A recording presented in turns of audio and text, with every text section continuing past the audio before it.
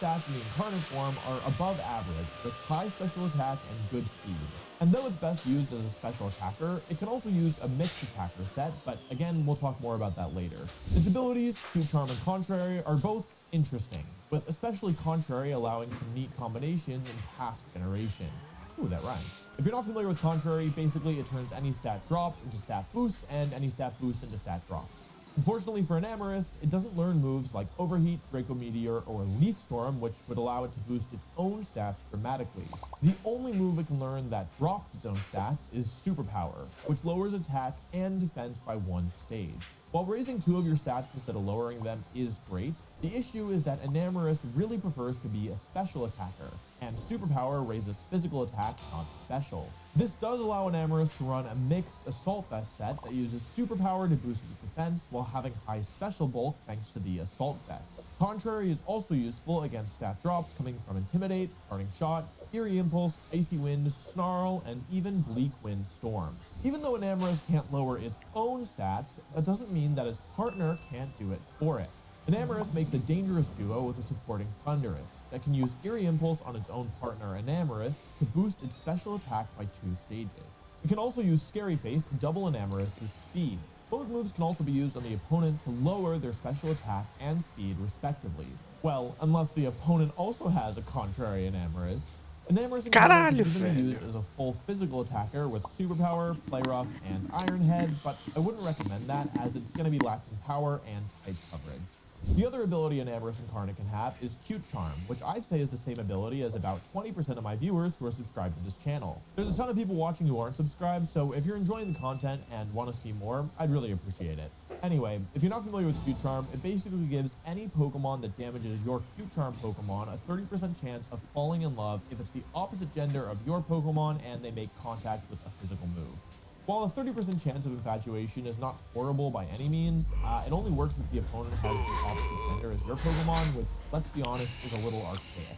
And since an Amarist is always female, to avoid being affected by Q-Charm, competitive players will likely intentionally use all female Pokemon in tournaments to eliminate even the slim chance of falling in love. If there's one thing competitive Pokemon players know about that isn't Pokemon, it's how to avoid falling in love. But the real problem with Q-Charm is that even if your opponent has a Pokemon that is the opposite gender of an Amarist, they need to hit an Amarist with a contact move, trigger the 30% activation condition, and then fail a subsequent 50% attraction condition for the ability to do anything at all. And an Amarist needs to not be knocked out or switched out as well. There's just too much that needs to go right for this ability to do anything consistently. That being said, there is one reason to use Q-Charm and Amarist, and that's when Contrary would get in the way. If you wanted to use Calm Mind and Amarist, Contrary would cause your stat boosts to become stat drops. So you'd rather have an ability that would basically be worthless than one that actively gets in your way. If you're interested in trying out Calm Mind and Amarist for yourself, I'd recommend maxing out its speed and special attack and running a moveset of Protect, Calm Mind, Earth Power, and Moonblast or Springtide Storm. Oh yeah, we haven't talked about Springtide Storm yet. As of Scarlet and Violet, each of the genies gets a new signature attack. Each of these moves is 100 power, 80 accuracy, and has a secondary effect. For the other genies, the accuracy can be boosted if the move is used in rain, but for some reason this doesn't change an Amarist's Springtide Storm's accuracy. I don't personally recommend using this move because, well, yeah, it is really strong and lowering the opponent's attack stat is really nice. It's just missing it can be such a big deal, and the accuracy is way too low to be consistent. I shudder to think about how many games I've lost because I missed a Rock Slide, and this move misses twice as often. Thousand Gleam is only slightly weaker, and it always hits, while Moonblast is a strong choice to hit one Pokemon for more damage. So now you have a decent idea of how you can use an Amarist Incarnate, but we haven't answered a central question.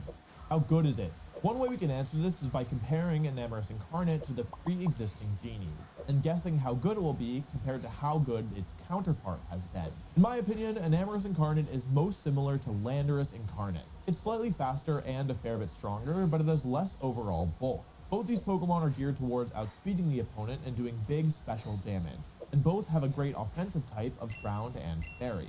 So that begs the question, How great was Landorus actually? unfortunately, not great. Landers Incarnate has seen some play over the years. Most recently last format, it was used occasionally as a Dynamax Pokemon that could outspeed and KO Charizard, and I myself used it with Sandforce